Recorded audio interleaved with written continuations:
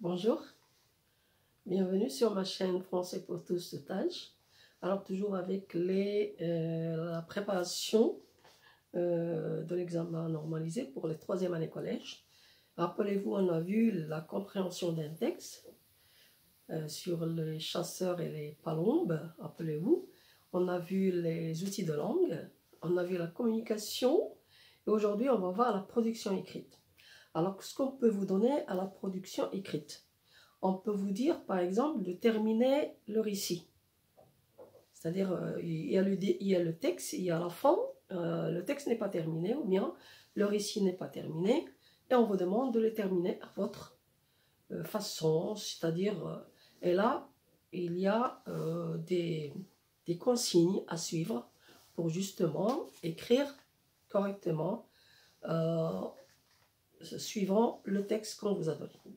Et on peut vous donner un sujet, mais à partir du texte. Alors, le sujet qu'on a aujourd'hui, production écrite, consigne, vous avez certainement un souvenir de classe, racontez-le en imitant le narrateur. C'est-à-dire là, il y a le narrateur du texte qui a raconté un souvenir. Lorsqu'il était enfant, il a dit « Je me souviens que lorsque j'étais enfant, des chasseurs apportaient à la maison des palombes. » C'est-à-dire là, c'est le début de son texte. Alors, en imitant le narrateur, c'est-à-dire on va essayer d'écrire comme il a écrit lui, surtout au début du texte. Je me souviens. Et là, on vous a précisé de quel souvenir il s'agit. Justement, c'est un souvenir de classe. Et vous avez certainement des souvenirs de classe, les bêtises que vous faites dans les classes, les tours que vous jouez à vos camarades, à votre professeur, et ainsi de suite. Et là, ces souvenirs-là, on ne les oublie jamais. Donc, on va essayer de travailler ensemble ce texte. Je vais vous montrer comment on peut, par exemple, imiter le narrateur et respecter justement les temps de la narration.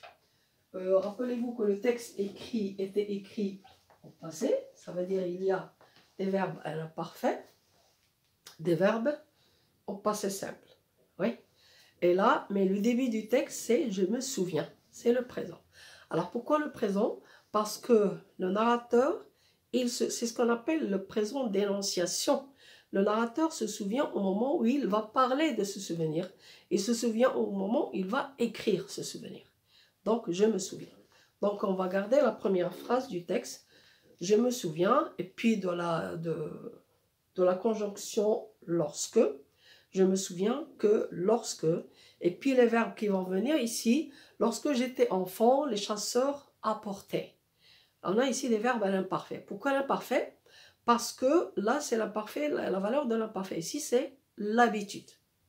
Donc, ils venaient souvent à la maison avec des ballons. Donc, on va écrire la première phrase d'abord avec le verbe au présent et on va écrire « je me souviens » au présent. Puis l'expression ou la conjonction que lorsque, comme le narrateur l'a employé, que lorsque. Alors là, le narrateur a dit, pardon, lorsque j'étais enfant. Nous, on va dire que lorsque j'étais élève. Oui, que lorsque j'étais élève. Élève à quel cycle? Surtout, les élèves sont un peu agités, ils sont insupportables, surtout au collège. Oui, ils commencent à grandir, ils deviennent des adolescents, ils veulent se montrer, se distinguer, oui. Donc, c'est là où il devient un peu difficile. Pour le primaire, ils sont encore dociles. Donc, que lorsque j'étais élève au collège,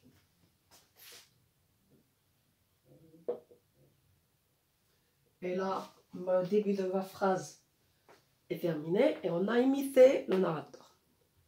Alors là, on va essayer d'imaginer ce que je faisais, par exemple. Le narrateur parle de lui. Donc, je me souviens que lorsque j'étais élève au collège, quelquefois, imaginons un peu ce qu'il faisait après la récréation. Très souvent, certains élèves arrivent, est-ce qu'ils arrivent à l'heure? Ils arrivent en retard en classe. Ils le font exprès. Hein? Donc, on va partir de cette situation. Et on va dire, et on va mettre les verbes ici, à quel temps? À l'imparfait. Parce que là, on va mettre un indicateur de temps qui indique justement l'imparfait. Donc, je me souviens que lorsque j'étais élève au collège, oui, j'arrivais, je venais, un indicateur de temps qui indique l'habitude. Souvent, je venais, j'arrivais souvent, comment? En retard. Oui. À quel cours? Au cours, on va rester dans le français. J'arrivais souvent en retard au cours de français. On va écrire la phrase. Pour terminer, je me souviens que lorsque j'étais élève au collège, et là on va mettre l'imparfait, j'arrivais, l'indicateur de temps qui indique l'habitude, souvent, j'arrivais souvent en retard au cours de français.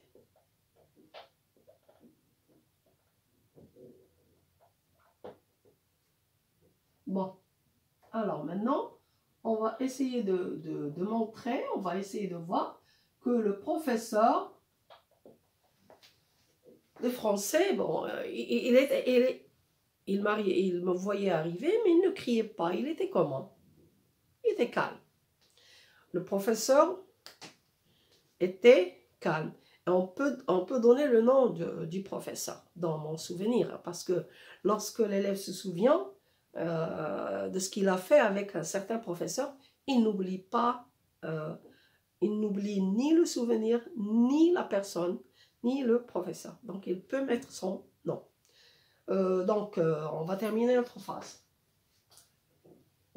Au collège, j'arrivais souvent en retard au cours de français. Donc là, je peux mettre un point. Et je vais parler des professeurs. Ils ne me disaient rien. Mais bon. Et pourquoi? Oui, donc je vais les dire. Le professeur, hein, l'adjectif. Je vais mettre le professeur, le nom, virgule, et je mets l'adjectif de sa qualité. Il est comment lui? Calme. Alors le professeur, calme, ne me disait rien, ne me reprochait rien. Hein? Donc il restait calme. Il terminait son explication. Donc on va le dire. Le professeur, et là c'est une manière de mettre l'adjectif entre deux virgules en apposition. Le professeur, virgule, calme, et j'encadre mon adjectif avec une autre virgule et je termine la phrase. Hein? Ne disait rien. Voilà. Ne disait rien. Mais à votre avis, est-ce que le professeur ne savait pas pourquoi je faisais ça? Pourquoi je le faisais, à votre avis? Pourquoi est-ce qu'il le fait, cet élève? Il veut être, oui, il veut que les autres le voient arriver le dernier, le professeur ne lui dit rien, donc il veut se distinguer. Il veut se distinguer des autres élèves. Donc, mais le professeur, il le sait, il a compris l'élève, hein, parce que votre professeur, avec lequel vous passez toute l'année, il connaît chacun de vous. Bien, donc on va dire, le professeur calme ne disait rien. Et tout se passait bien.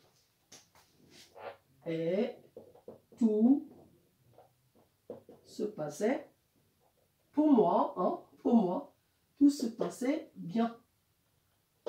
Voilà. Alors maintenant, quand les choses se répètent, hein, quand les fautes reviennent à chaque fois, quand l'élève n'arrête pas de faire ses bêtises, le professeur ne va être plus calme. Et surtout qu'il a compris. Ouais. Donc, puisque, on va dire, tout se passait bien. Alors, puisque tout se passait bien, moi j'étais comment? Quel est le sentiment? Rappelez-vous, même dans le texte de l'auteur, on a vu des sentiments. Quel est le sentiment de cet élève-là qui arrive en retard? Il entre, les autres élèves le regardent et il va se sentir comment? Oui, je me sentais fier de quoi? Fier de moi, fier de mon acte, fier de ce que j'ai fait. Donc on va mettre le sentiment. Je me sentais fier de mon acte, ou bien c'est un autre mot, de mon comportement. Fier de mon comportement.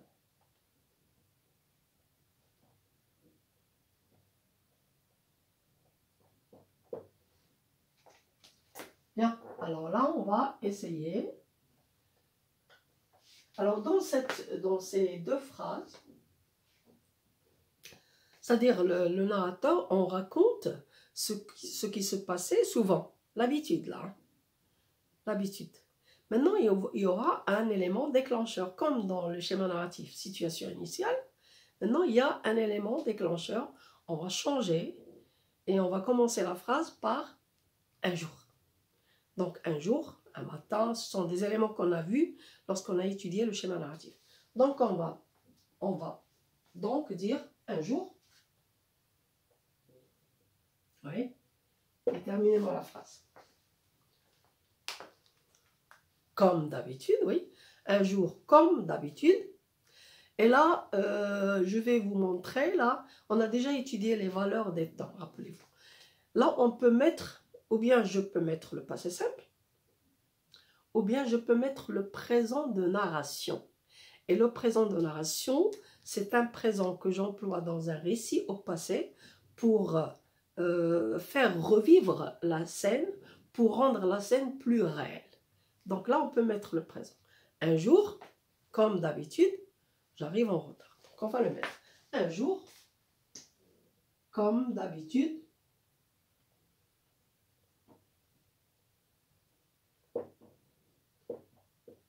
j'arrive en retard. Et là, on va essayer de voir. Bien, il arrive en retard. Quand il arrive, il va regarder dans la classe, mais il ne voit pas le professeur. Donc il va le dire, j'arrive en retard, mais et lorsqu'il va, essayez d'imaginer, lorsqu'il va rentrer, il va faire passer son regard à travers la classe. Donc il va regarder tous les élèves et la classe. Et surtout, il commence par l'endroit où se trouve le professeur, c'est-à-dire devant le tableau ou bien au bureau. Donc il va le dire. J'arrive en retard. Je jette quoi? Je jette un regard. Je jette un regard. Oui. Et là, lorsque j'ai jeté un regard, j'ai remarqué que le professeur n'était pas à sa place. Et je vais le dire. Je jette un regard, le professeur n'est pas à sa place. Le professeur n'est pas à sa place. Alors, le professeur n'est pas à sa place. Ça veut dire qu'il est quelque part. Mais est-ce qu'il est dehors ou dans la classe? Parce que les élèves, ils sont calmes, il n'y a pas de bruit. Donc, il va le dire. J'arrive en retard, je jette un regard, le professeur n'est pas à sa place, mais les élèves sont calmes.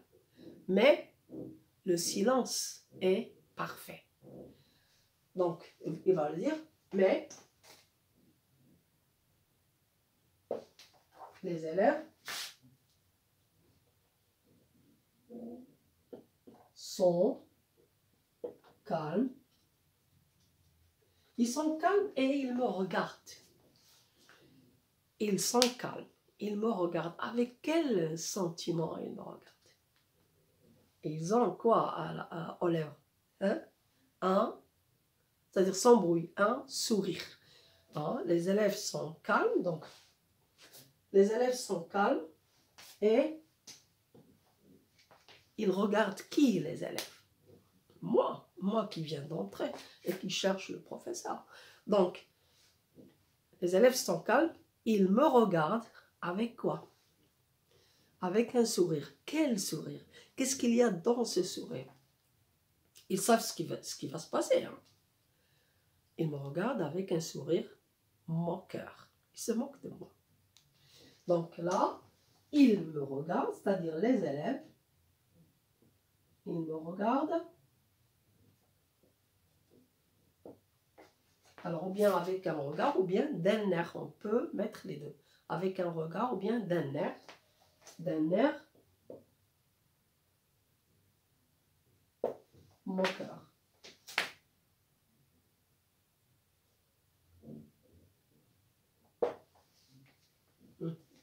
Où est le professeur?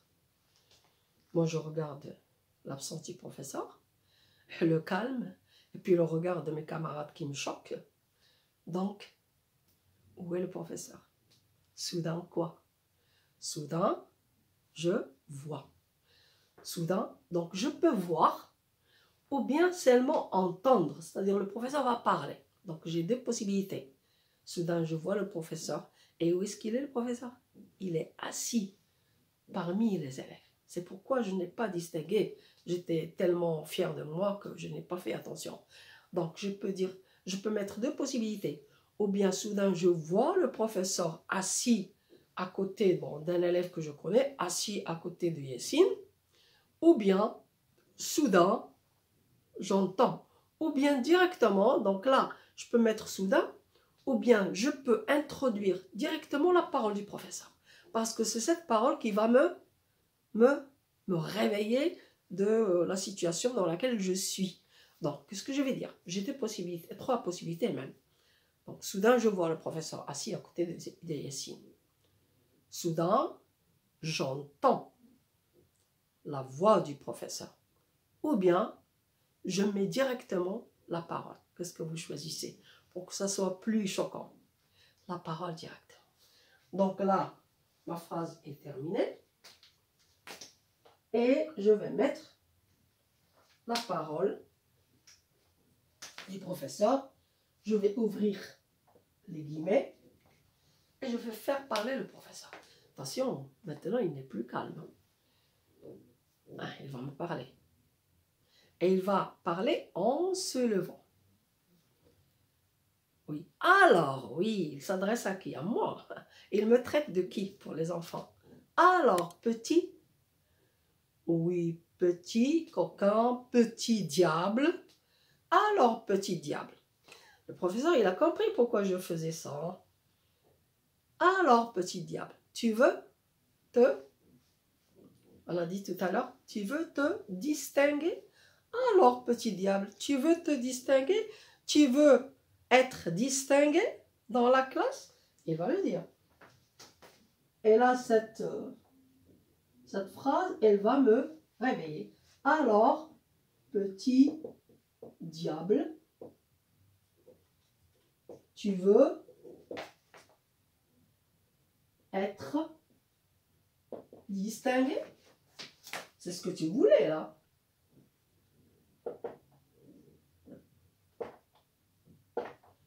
Tu veux être distingué?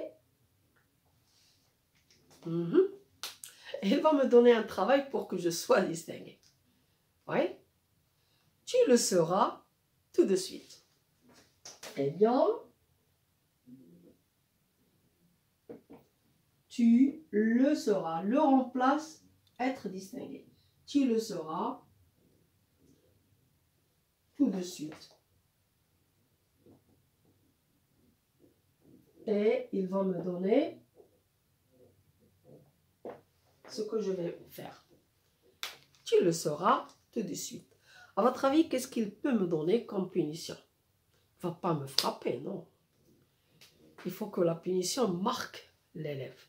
Parce que moi, je n'ai pas oublié ça. Hein. Qu'est-ce qu'il va me dire?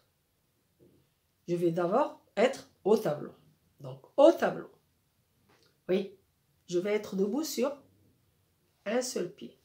Au tableau, sur un seul pied. Les bras en l'air. Là, c'est ma position. C'est la position que le professeur me propose là. C'est un ordre. Hein? Donc, la phrase du professeur. Au tableau, virgule. Sur un seul pied, virgule. Les bras en l'air, virgule. Maintenant, le verbe. Tu vas.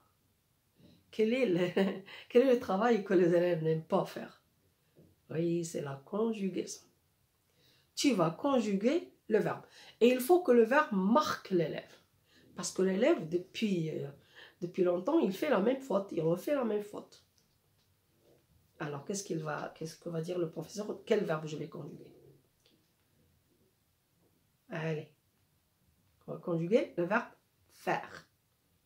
Et à quelle forme? À quelle forme? Négative ou affirmée? Négative. Ne pas faire. Ne plus faire. Oui, ne plus faire. Donc, on a le verbe faire. Et tu vas le conjuguer à quel temps? Comme ça, vous allez revoir les temps de l'indicatif. Pas tous les temps de l'indicatif, seulement les temps simples.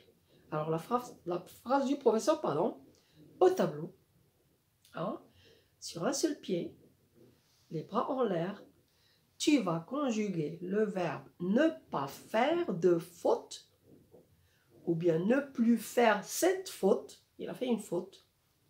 Ne plus faire cette faute au temps simple de l'indicatif. C'est ce qu'il va faire. Donc, il va conjuguer le verbe au temps simple de l'indicatif. Donc, il va dire, et tout de suite, là, on a terminé la phrase avec tout de suite. Qui est-ce qui dit cette parole? Dit. Alors, on a dit le professeur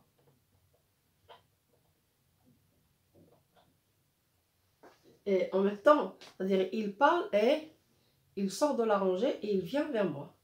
Dit le professeur, on va mettre le gérondif en venant vers moi.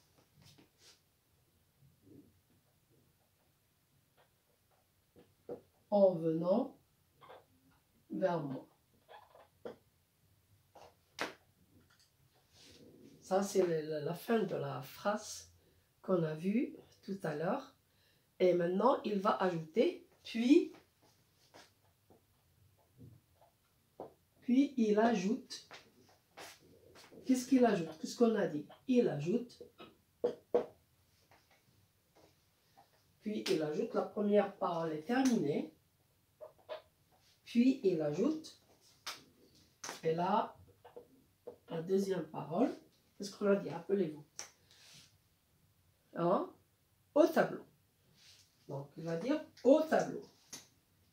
Ou bien au tableau.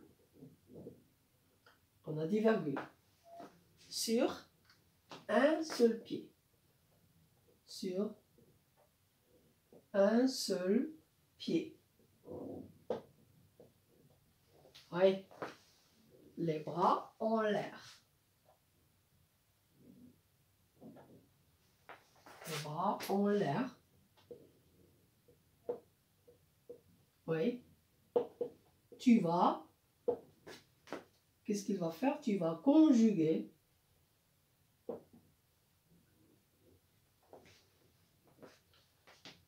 Ne plus faire des bêtises, oui.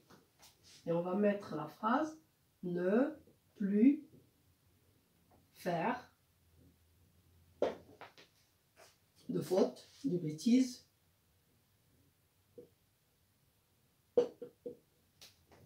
Ne plus faire de bêtises. À quel temps? Au temps simple. De quel mot? De l'indicatif. De l'indicatif. Voilà. la punition du professeur. Et puis, je ferme les guillemets. Alors, on a dit, il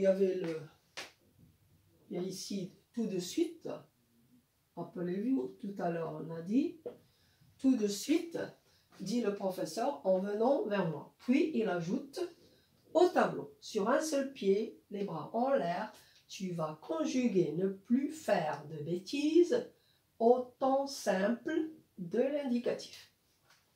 Alors là, maintenant il a raconté son souvenir et il va dire qu'il n'a pas oublié ce souvenir. Depuis ce jour-là, oui, depuis ce jour-là, est-ce qu'il a oublié la conjugaison de ce verbe? Vous voyez, depuis ce jour-là, je n'ai jamais oublié ma bêtise, ma faute, ou bien je reconnais ma faute, depuis ce jour-là, je reconnais ma faute, je n'ai jamais oublié ma faute, et la conjugaison de ce verbe au temps simple. Je n'ai jamais oublié la conjugaison de ce verbe. Depuis ce jour-là,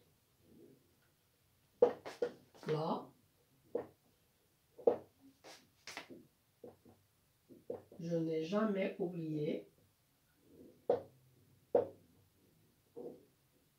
Ouais. La conjugaison. Et d'ailleurs, même mes camarades, hein, la conjugaison de ce verbe. Voilà, donc mon souvenir. Donc vous avez vu comment on a travaillé le souvenir en imitant le narrateur. On peut raconter d'autres souvenirs, vous pouvez les faire pour vous amuser à la maison. Prenez une feuille et vous imitez l'auteur et vous racontez un autre souvenir. À la prochaine fois.